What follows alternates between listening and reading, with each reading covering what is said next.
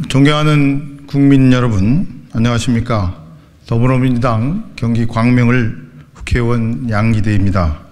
우리 국민들은 심각한 저출산 위기 속에 사상 최저의 합계 출산율이 몰고 올 우리 사회 전반에 미칠 파장과 불안한 미래에 대해서 걱정이 많습니다.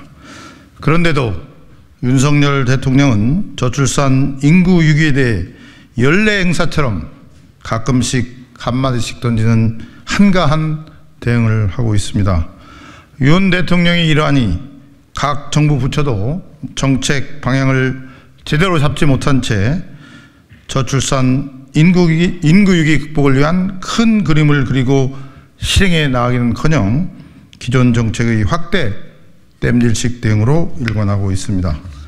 윤석열 정부를 독려하고 견인해야 할 국회도 저출산 해법 논의에 지지부진한 모습을 보이고 있어 답답한 심정입니다. 국회 인구위기 특별위원회 위원으로서 저출산 인구위기 문제에 대해 세월만 보내고 있다는 자괴감 속에 윤석열 대통령과 여야 정치권의 각성을 촉구하기 위해서 절박한 마음으로 이 자리에 섰습니다. 윤석열 대통령은 취임 초 저출산 해법으로 과학 기반 저출산 해법을 얘기하더니 올해 초에는 과감한 대책을 주문했습니다. 그럼에도 뚜렷한 대책 없이 시간만 보내다 인구 위기가 더욱 악화된 상황에서 어제 국무회의에서는 과도한 경쟁이 문제라며 다른 차원 대안 마련을 강조했습니다. 이처럼 갈피를 잡지 못하고 오락가락하는 윤석열 정부의 저출산 인식과 정책으로는 지금의 심각한 인구 위기를 극복하기 어렵습니다. 첫째, 저출산의 근본 원인에 대한 해법을 찾아야 합니다.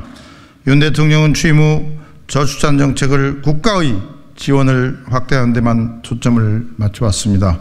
이러한 정책들은 육아 당사자들의 부담을 잠시 덜어줄 수는 있지만 출산율을 높이는 근본적인 해결책이 아닙니다.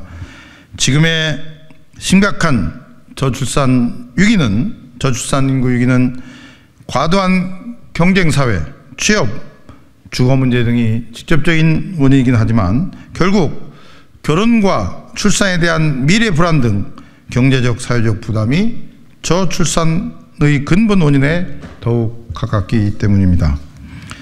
둘째, 윤석열 정부의 저출산 정책은 현실과 동떨어지거나 땜질식 정책이 많습니다.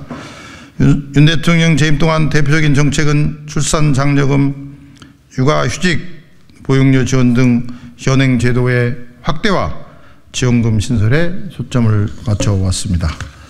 이러한 정책들은 지난 20년 가까이 시행 과정에서 그 효과가 미미하다는 분석이 나온 실패한 정책들입니다. 또 윤 정부는 저출산 대책으로 외국인 노동자 유입 확대, 로봇, AI 등 첨단 기술을 활용한 노동력 대체를 추진하고 있는데 이 정책들은 인구 감소에 따른 대책이지 출산율을 끌어올릴 수 있는 정책은 아닙니다. 이러한 암울한 상황에서 윤 대통령은 모든 것을 던져서 저출산의 원인, 정책 등을 챙기고 해법을 모색해야 하는데 과감한 대책, 획기적인 대책 등 실체 없는 정책 기조만 발표하고 뚜렷한 종합적인 대책을 내놓지 못하고 있습니다. 우리나라의 인구 감소가 유럽 인구의 3분의 1에서 절반 정도가 사망한 중세 유럽의 흑사병을 능가할 엄혹한 상황이라는 외신의 평가까지 나올 정도로 저출산 인구 위기는 악화일로를 걷고 있습니다. 중세 유럽의 흑사병이 유행할 당시 해법으로 거리에 불을 피워 공기를 태우려 하거나 신앙의 힘으로 병을 치료하는 시도가 있었습니다. 윤석열 정부의 저출산 인구위기 대응도 이처럼 언발에 오줌 누기식이 아닌지 우려됩니다. 윤석열 정부와 정치권 모두 처절하게 현실을 직시하고 각성해야 합니다. 저출산의 심각성은 언론과 통계를 통해 거의 매일 쏟아져 나오고 있습니다. 그 원인과 정책 제안도 한국은행을 비롯한 연구기관으로부터 끊임없이 제안되고 있습니다. 이제 중요한 것은 제대로 정책을 선택하고 속도감 있게 시행하는 윤 대통령과 정치인들의 역할입니다. 첫 번째로 인구 위기를 전담할 수 있는 저출산 극복 컨트롤 타워를 조속히 설치해야 합니다. 정책, 예산, 실행의 권한이 없는 저출산 고령사회위원회가 마치 컨트롤 타워처럼 저출산 문제를 이끌어가서는 지금의 위기 상황을 그대로 답습할 수밖에 없습니다. 윤 대통령은 취임 후 여야 불문하고 제기하고 있는 저출산 극복 컨트롤 타워 신설 문제에 대해 답을 내놓고 있지 않습니다. 그래서 저는 저출산 인구 위기 문제를 전담할 정부 부처 신설을 강력히 요구합니다. 우리보다 합계 출산율이 훨씬 높은 일본은 전담 정부 부처를 신설하여 종합적이고 체계적인 관점에서 획기적인 정책들을 쏟아내고 있습니다. 두 번째로 육아 문제의 당사자들이 꼭 필요한 곳에 사용할 수 있는 육아 공동기금을 조성해야 합니다. 획기적인 정책, 과감한 정책을 시도하기 위해서는 기존의 예산으로는 시도조차 어렵습니다.